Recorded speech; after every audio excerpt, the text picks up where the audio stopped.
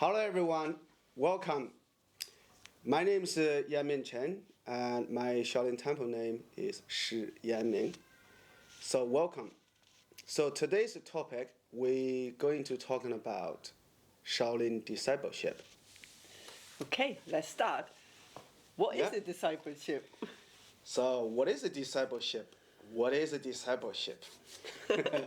So the discipleship is basically a former disciple or 徒弟, in Chinese we call 徒弟, and a shifu or, as you know, master.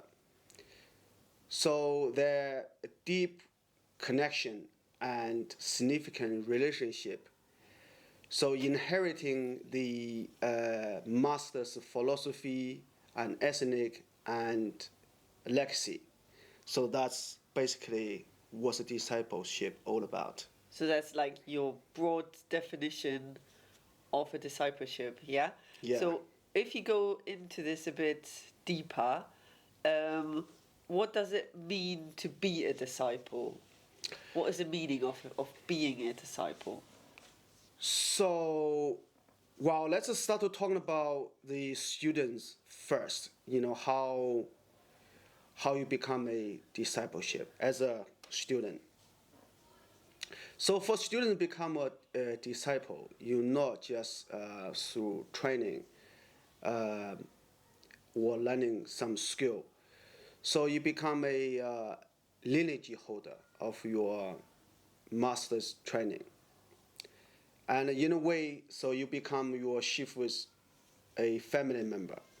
So in a way, it's really close. Your relationship really close with your shifu, or in other words, your master.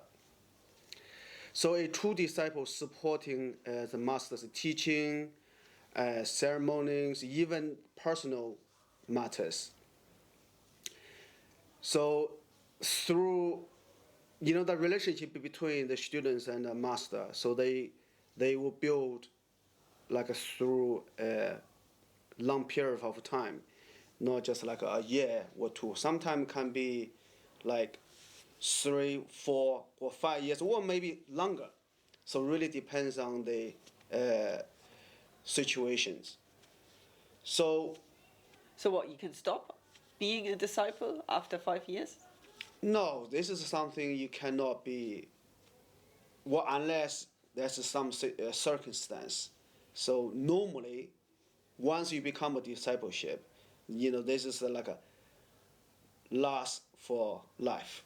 Yeah, okay. It's not like okay, I want to stop tomorrow or whatever. Basically, whatever your behavior directly involve your lineage or your discipleship. Yeah. So if you decide, or if I decide today I want to become a disciple, Yeah, this is like a lifelong decision. that's right. Yeah? Yes. Yeah. Okay. Are you a disciple? Well, as a shifu, you have to become a disciple. First. Disciple first. So you as a shifu, you need to been through the hardship. Your dedication of your training.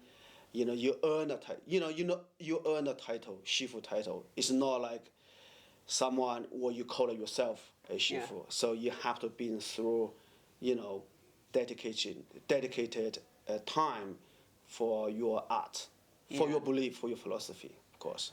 Okay, so you have to be a disciple first before you become a shifu. Yeah. And then once you're a shifu, you can have your own disciples. Well, technically yes, but this really depends on the individual masters or shifu. Yeah. So So how do you become a disciple? If I decide today, oh, I want to become a disciple, what's involved? What do I have to do? So okay.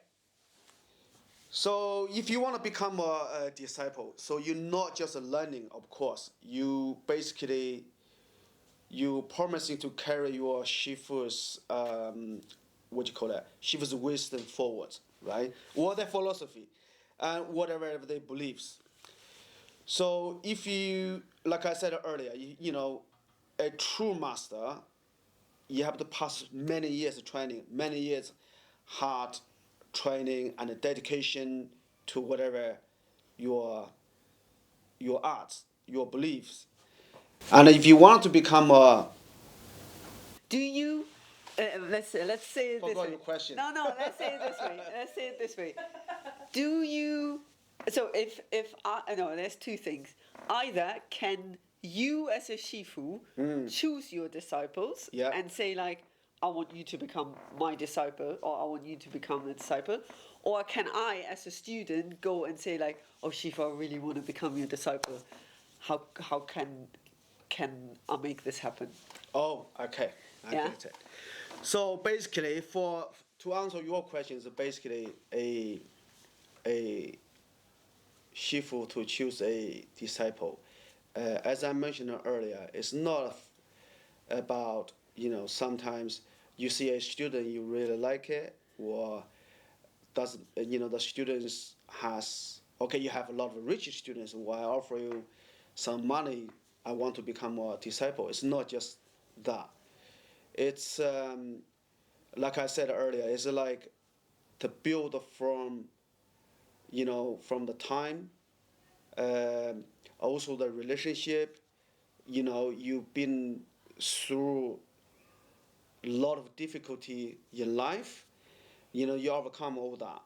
So that relationship through the time, then slowly your shifu really trust in you. So in other words, like you have to be really trustworthy. you know so for basically for uh, normal master, normally when they choose the disciple, choose the students to become a disciple, so that you should consider as your for example your dedication, and your as a person they will judge your character. So, and also your vision, um, your relationship between you and your master, so on. So they will judge it from all the scenario.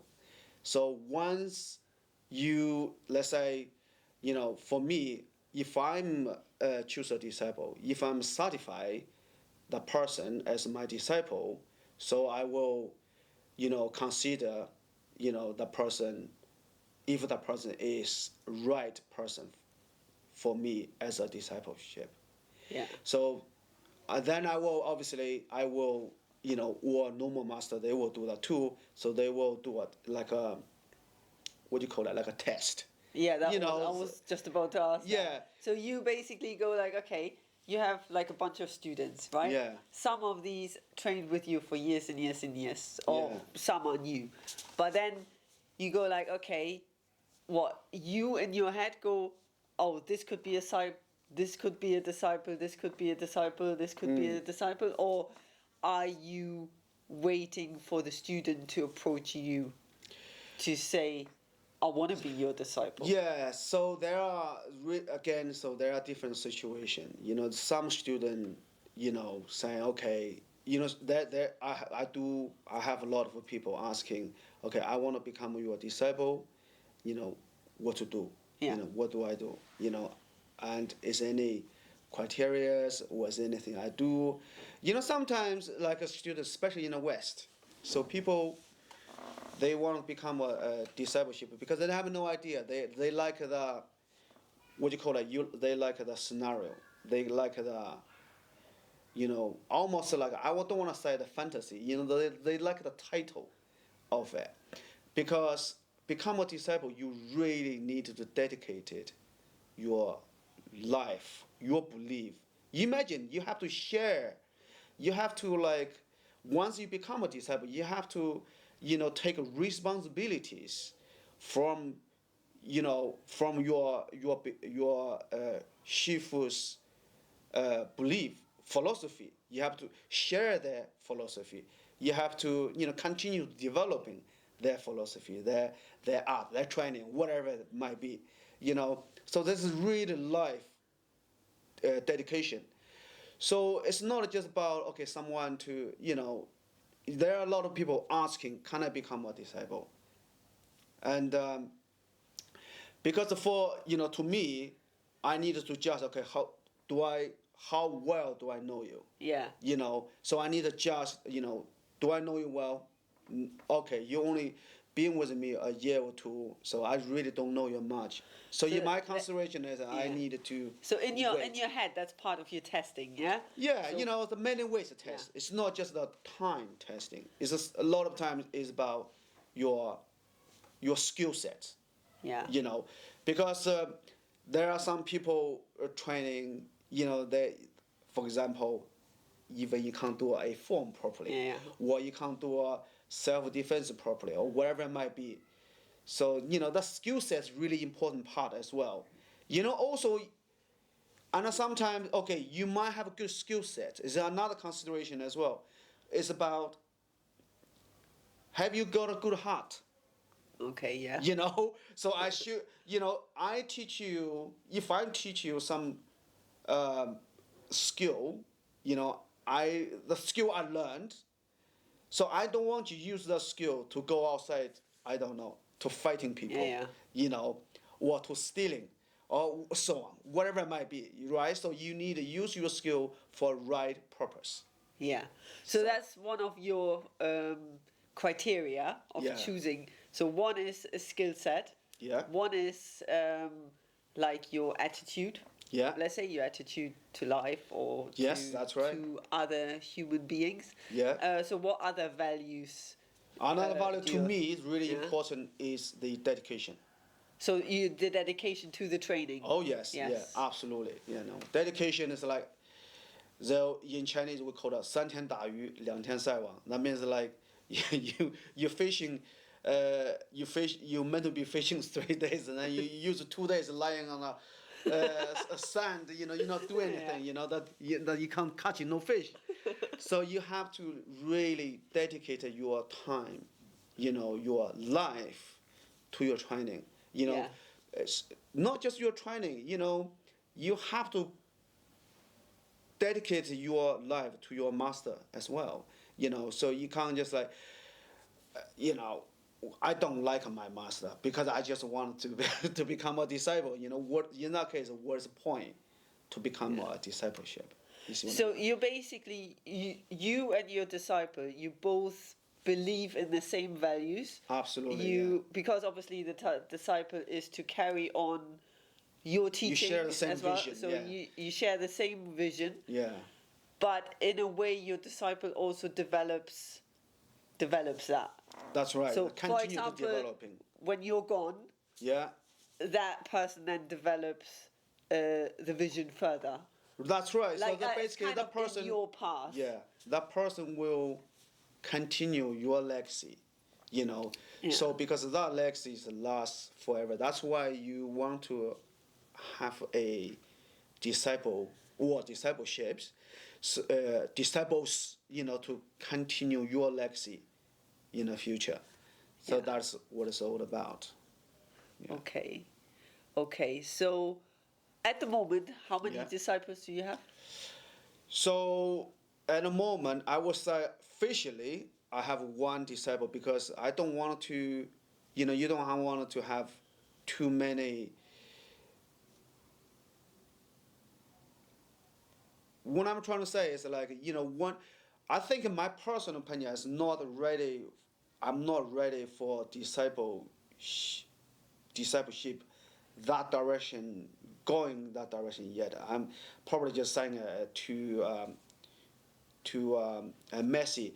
What I'm trying to say is I'm not ready for many disciples For yet. multiple discipleships? Not Okay, yet. yeah. Maybe later on I will, but at the moment not yet. I would say probably the next few years, I think. Yeah. Yeah. So, obviously, we talked about the value. Obviously, the disciple shares your values, and what responsibilities does the disciple? So once you said like, okay, yeah, you'll become my disciple. I want you to carry on my legacy and so on. So what responsibilities or roles does a disciple need to take to kind of go on the right path? Well, so once you become a disciple, as we mentioned earlier, so the relationship between you and the disciple really, really close. How very significant close. So how close? Sometimes, as you are a board, right? So the board more closer than sometimes more closer than your own blood. You see what I Okay, mean? yeah. Yeah, that's how close it is. So once they become a disciple, so they basically like we mentioned earlier, so they will have responsibility and duty to carry on to developing your vision, your legacy. So from that day, the day you become a disciple, so that day you will become, you have a total responsibility for your own behavior. Wherever you do directly involved with, your discipleship and your lineage. Yeah. So this is really important. So you have to, really carry on developing your master's belief, master's vision. Yeah. Yeah. Yeah. So what would, like, you as a teacher or as Yeah. a shifu, what's your responsibility? Well, my responsibility, I think, it's not. I think so. I always been doing this for, many years. Which is, spread the Shaolin culture to other people, for other people to benefit from it. Um, you know, Continue to teaching the traditional Shaolin Kung Fu to people, not just the West, to the world. Make people to know about Shaolin culture and Shaolin temple and Shaolin history. So that's my responsibility, and that's my duty as well. Yeah.